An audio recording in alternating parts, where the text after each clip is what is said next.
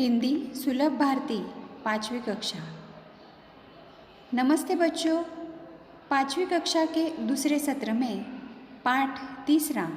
पाठ का नाम है भाई भाई का प्रेम। इस पाठ का पठन हमने पिछली तासिका में किया था। पढ़ो और समझो भाग 1। ये जो वीडियो हमने बनाया था इसमें इस पाठ का पठन किस तरह किया जाता है, उचित आरोह अवरोह युक्त पठन किस तरह किया जाता है, इसका अभ्यास हमने पिछली तासिका को किया। अभी भाग 2 में हम इस पाठ के आशय का विवेचन यानी स्पष्टीकरण तथा इस पाठ में कौन कौन से नए शब्द आए हैं, कौन कौन से नए मुहावरे आए हैं और उनके अर्थ क्या हैं, इस तासिका को हम इसका स्पष्टीकरण देखने वाले हैं। पिछली तासिका को भाग 1 में मैंने आपको बताया था कि जब अगली तासिका आएगी भाग 2, इसमें भाई भाई का प्रेम इस पाठ के आशय का विवेचन एवं शब्दार्थ का लेखन हम करने वाले हैं। जो शब्द कठिन शब्द हम पढ़ेंगे उनके अर्थ पढ़ेंगे, आपको आपकी कॉपी में इसका लेखन भी करना है। सबसे पहले शब्दार्थ के अर्थ हम समझ लेते हैं, बाद में आप उनका लेखन आपकी कॉपी में कीजिए। उपजाऊ, अधिक अनाज उपजाने वाली। अधिकांश मतलब बहुत से। कटाई मतलब पके हुए अनाज के पौधे काटने का काम। खलिहान मतलब वह स्थान जहाँ खेत से काटकर फसल रखी जाती है और साफ की जाती है। गृहस्थी मतलब घर का काम, खेती बाड़ी का काम। सहायता मदद। गठरी कपड़े में बंधा हुआ सामान या बड़ी पोटली। फायदा जिसका अर्थ है लाभ। अचानक मतलब एकाएक। चौकन्ना मतलब चकित होना। अधिक इसका अर्थ होता है ज़्यादा और आवश्यकता इसका अर्थ होता है ज़रूरत, यानी जो ज़रूरी चीज़ें होती है। आवश्यकता मतलब ज़रूरत। देखो बच्चों, इस तरह हमने शब्दार्थ के अर्थ समझ लिए, पढ़ भी लिए।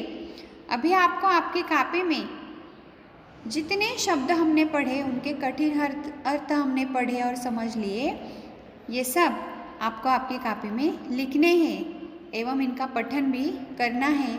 शब्दार्थ याद भी करने हैं। चौकन्ना होना, चकित होना, ये जो मुहावरा है इसका भी अर्थ हमने पढ़ा।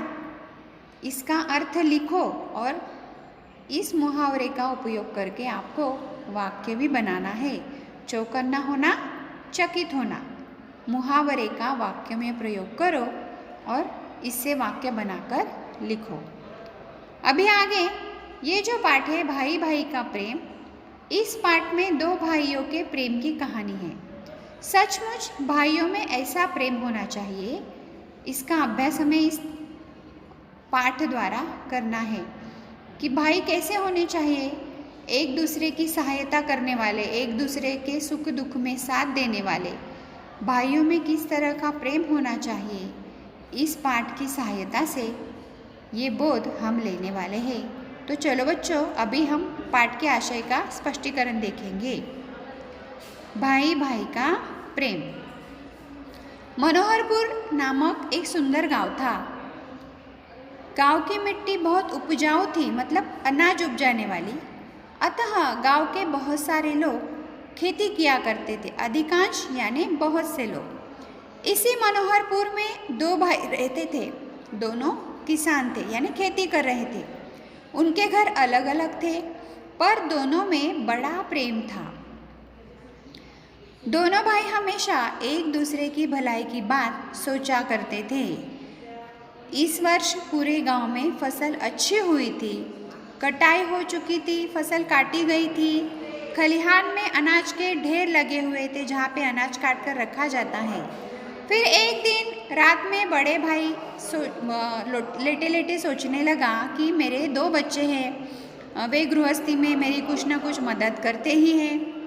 मेरे छोटे भाई के बाल बच्चे नहीं हैं, उसे सारा काम अकेले ही संभालना पड़ता है, अकेले ही उसे सारा काम करना पड़ता है, इसलिए मुझे उसकी सहायता करनी चाहिए, मदद करनी चाहिए सोचकर वह उठा और रात में ही खलिहान में गया। खलिहान में अपने अनाज के ढेर से उसने 10 गठरी अनाज बांधा और उनमें से एक गठरी सिर पर रखकर छोटे भाई का जो खलिहान था, जहाँ पे उसने अनाज का ढेर रखा था, वहाँ पे वो चला गया। ठीक उसी समय छोटा भाई भी अपने घर में बैठा सोच रहा था कि मैं जवान हूँ, जितना चाहे उतना काम कर सकता हूँ, जहाँ चाहे वहाँ जा सकता हूँ, लेकिन किसी कारणवश यदि खेती में फ़ायदा भी नहीं हुआ तो मैं कोई दूसरा काम कर लूँगा। हमारा खर्च कम है, लेकिन मेरे बड़े भैया तो बाल बच्चे वाले हैं, घर गृहस्थी के खर्च अधिक है उनके, इसीलिए मुझे मेरे बड़े भाई की सहायता करनी चाहिए, मदद करनी चाहिए। वह भी उठा और खलिहान में गया। उसने भी खलिहान में से अनाज के जो ढेर बना कर रखे थे उनमें से एक गठरी अनाज बांधा और अपने सिर पर वो गठरी लेकर वह भी अंधेरी रात में बड़े भाई की खलिहान की ढेर की ओर बढ़ा। अंधेरी रात थी, हाथ को हाथ भी न दिखाई देता था। इसी वातावरण में दोनों भाई धीरे धीरे एक दूसरे के अनाज की ढेर की ओर बढ़ रहे थे। तभी क्या हुआ? अचानक एक दूसरे से वह टकरा गए। दोनों चौंक कर एक साथ बोले, कौन है? कौन है? फिर दोनों भाइयों ने एक दूसरे को देखा। उनके सिर पर अनाज की गठरियाँ थी। दोनों समझ गए। तभी आगे क्या हुआ?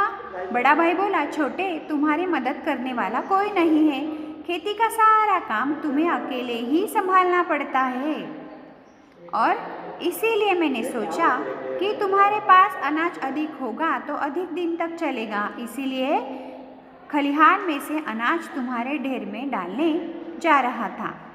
यह बात सुनकर छोटा भाई बोला, भैया आप बाल बच्चे वाले हैं, आपके खर्च अधिक है, आपको अधिक मात्रा में अनाज की आवश्यकता होती है, इसीलिए मैं खलिहान से अनाज आपके ढेर में डालने जा रहा था। देखो, दोनों भाइयों ने ठीक सोचा, एक दूसरे की सहायता कैसे की जाती है। अपनी बात कहते सुनते दोनों भाइयों की आंखें भर आई। दोनों रोते हुए एक दूसरे के गले लग गए। दोनों में बड़ा ही प्यार था। दोनों एक दूसरे के मन की बात जान चुके थे, इसलिए वह एक दूसरे के गले लग गए और रोने लगे। देखो बच्चों, दोनों भाइयों ने एक दूसरे के मदद के बारे में सोचा, एक दूसरे के सहायता के बारे में सोचा। इस तरह दोनों भाइयों में सचमुच कितना प्रेम है, इस कहानी से हमें ये पता चलता है। भाई भाई का प्रेम, दोनों भाइयों के प्रेम की ये कहानी है। एक दूसरे के फ़ायदे के बारे में, लाभ के बारे में उन्होंने सोचा, एक दूसरे की मुसीबत के बारे में सोचा, और खुद का फ़ायदा न सोचते हुए दोनों ही एक दूसरे के खलिहान में अनाज की गठरी डालने चले गए, ताकि मदद भी करे और दूसरे को पता भी न चले। इस तरह सहायता करनी चाहिए कि दूसरे को पता भी न चले।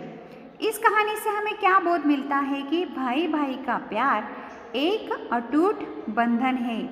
दोनों भाइयों में बड़ा प्रेम है। आपको इस कहानी से जो बोध मिला है, भाई भाई का प्यार एक अटूट बंधन है। और भी क्या समझ में आया इस कहानी से, आपको क्या बोध मिलता है, ये भी आपको आपकी कॉपी में लिखना है। पाठ की शुरुआत में जो शब्द और उनके अर्थ हमने पढ़े, वो भी आपको आपकी कॉपी में लिखने हैं तथा याद करने हैं, बोध भी लिखना है। और इसके अलावा इस पाठ से आपको क्या सीख मिली, ये तो हमने सीखा कि भाई भाई का प्यार एक अटूट बंधन है, लेकिन और एक भी सीख मिली है कि एक दूसरे की सहायता करो, लेकिन बिना कुछ बताए दोनों भाइयों ने जैसे एक दूसरे की सहायता करनी चाहिए। तो इस तरह और कौन सी सीख इस पाठ से आपको मिलती है, ये भी आपको आपकी कॉपी में लिखना है। अगली तासिका में हम इस पाठ पर आधारित प्रश्न एवं उत्तर ये समझ लेंगे और उनका लेखन कैसा करना है ये भी हम समझेंगे। धन्यवाद।